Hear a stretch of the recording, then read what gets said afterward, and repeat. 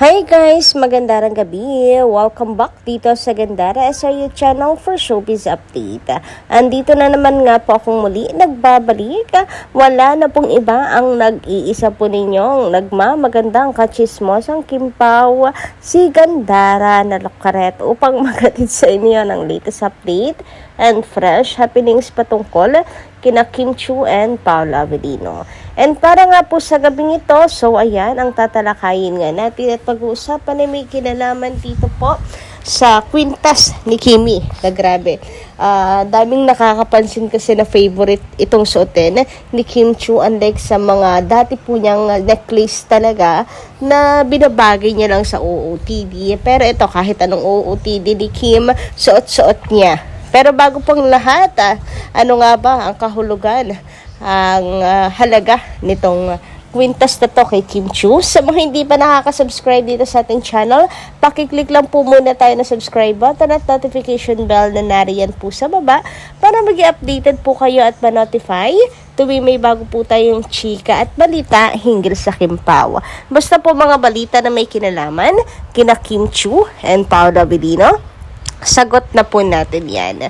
And bilang pasasalamat sa ating mga Kakimpaw fans na lagi pong nakasubaybay sa atin, narito hayaan yung basahin ko sa inyo ang ilan sa mga napili nating komento. Unang-una po dito, komento ni Madam Merlita Aurea Rodriguez. Ayan, isa po yan talaga sa masugid nating taga-subaybay. Shoutout po sa inyo at magandarang gabi. Sabi niya rito sa kanyang comment, "Hello Gandara, bakit ba nang ginagawa ang alibay? Lalo atang dumami ang bashers ni Kimi at ang daming fake news na nagkalat sa social media. Lalo na ata nang makita nila nung big night sa PBB na yung dalawang big bosses na katsikahan ni Kimi na ang saya nilang tatlong tingnan. Kaya masasabi nilang paborito si Kim. Nainggit na naman ang mga bashers. So nga naman, bakit nga ba si Kim mahal ang mga boss ng network? Sana yun ang tinanong ng mga bashers sa sarili nila. Bakit nga ba? Anong meron sa isang chinita at marami nagmamahal? O hindi yung puro inggit at paninira. Walang mangyayari sa mga bashers. Puro masama ang sinasabi nila kay Kim. Kaya pati si Lord binibigay yung blessings kay Kim dahil sa napakabait ni Kim. Kaya kayong mga bashers, tigilan nyo na si Kim. Baka sakaling mapansin din ni Lord ang idol nyo. Mabigyan ng biyaya, pero kung ayaw nyo tumigal, manigas kayong pare-pareho hanggang bash na lamang kayo at inggit. Try nyo lang maging mabuti kay Kim. Baka sakaling makatanggap kayo ng premyo galing kay God." So, unang-una, dito tayo sa comment nyo na bakit ba nung ginagawa yung alibay na announce na may project po ang Kimpao na The Alibay, dumami ang bashers ni Kim. Ang masasagot ko lang po dyan ay simple.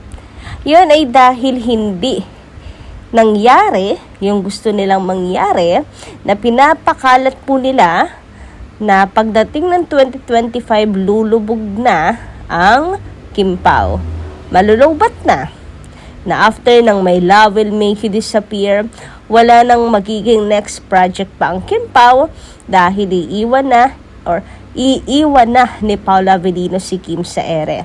Di ba yun yung mga kinakalat nila sa Kimpao? Medyo nasad nga ang iba na hanggang 2025 baka nga daw, kasi knowing Paolo, pag hindi na niya gustong makatrabaho, iiwan na lamang niya, just like daw na nangyari sa last love team ni Pao, na lumakas din naman, naging matunog din naman silang dalawa, naligpa nga, pero iniwan din ni Paolo sa ere.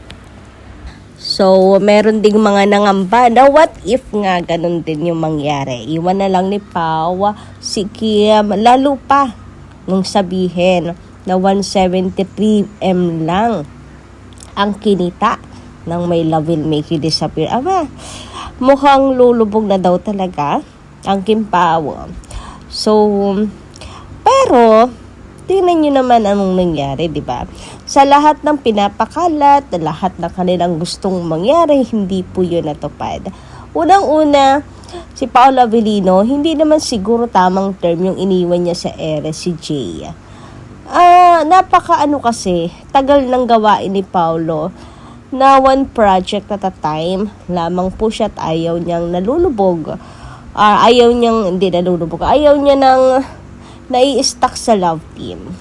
Ngayon, ganun lang din sa mga naunang ka-love team ni ni Paolo yung nangyari sa last love team na tinutukoy nila.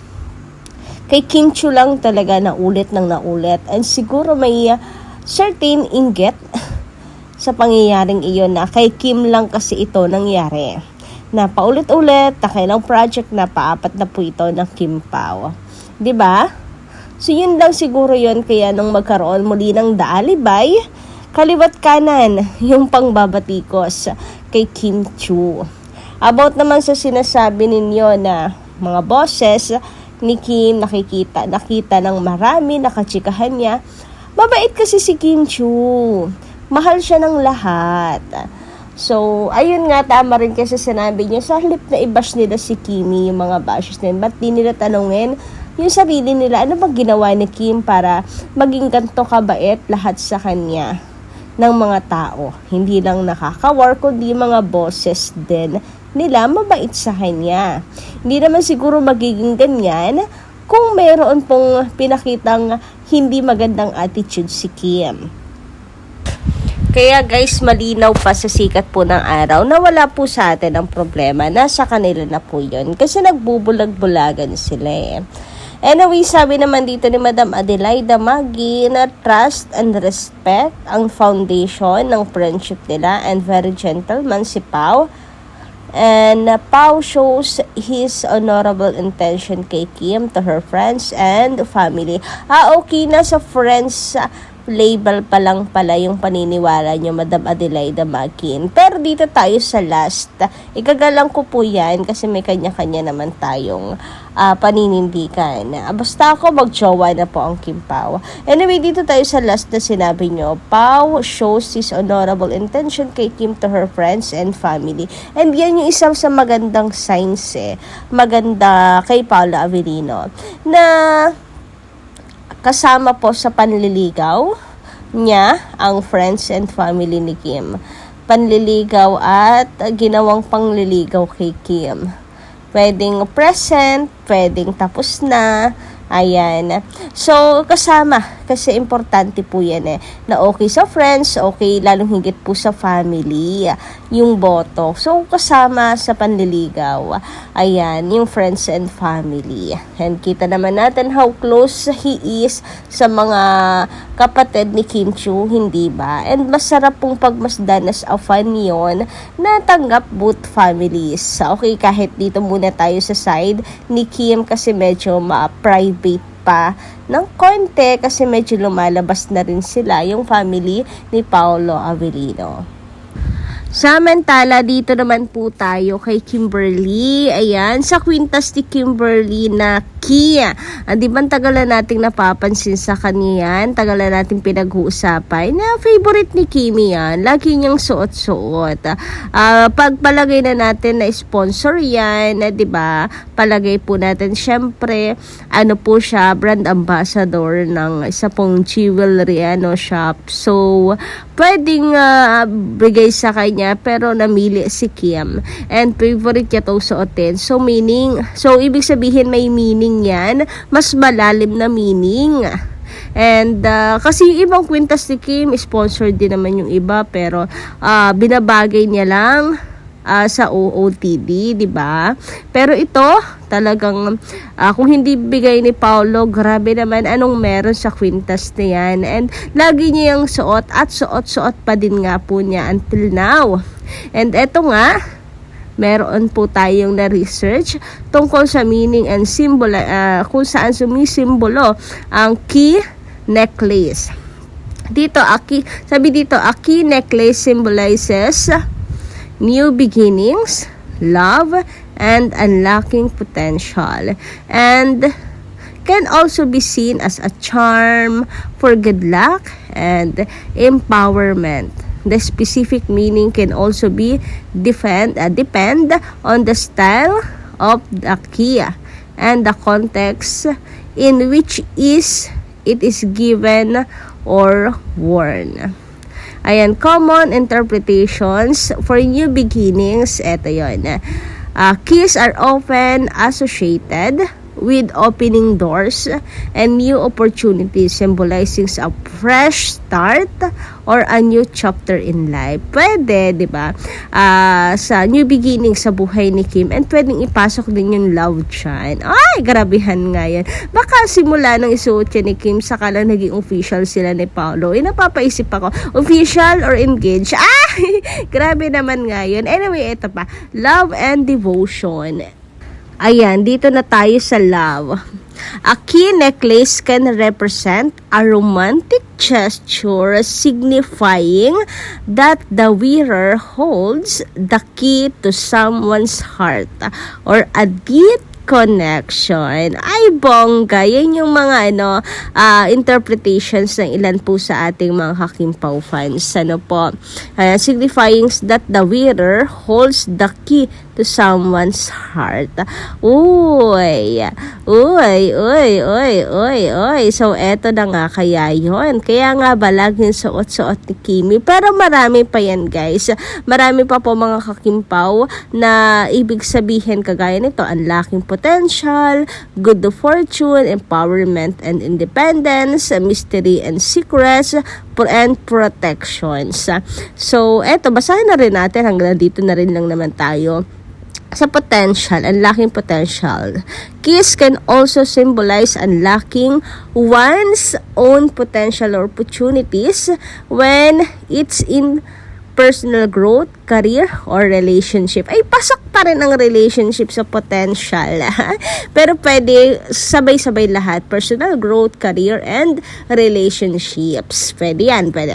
Good fortune. In some cultures, keys are believed to attract luck and open doors to prosperity and success. Okay, maganda rin yan. Kaya siguro nga, ito po ay suot-suot ni Kim Chiu. Maganda po yan para sa kanya. Siguro marami pang gusto si Kim na mangyari sa buhay, ma-unlock, 'di ba? Para ma-attract niya yung luck or luckiness sa lahat ng kanyang ginagawa. Ito pa, empowerment and independence. Keys can represent having control and access to knowledge, experiences, and even the ability to shape one's own path. Mystery and secrets. Keys have an inherent element of mystery and key necklace can symbolize secrets, hidden knowledge, or personal journeys. Ay, ano yung secret na yan, Kim? Parang alam na namin, charot. Ito naman about sa protection. In some traditions, keys are used for security and protection, and key necklace might serve as a talisman. So, ayun, baka nakakalimutan natin, Chinese si Kimi. Kaya, ayan, meron siyang mga, siguro, ayan, parte ng kanyang personality, yung pagsusuot nga nitong key necklace. So, may meaning talaga sa kanya. Alin man dyan sa lahat ng yan, pero parang lahat naman ata.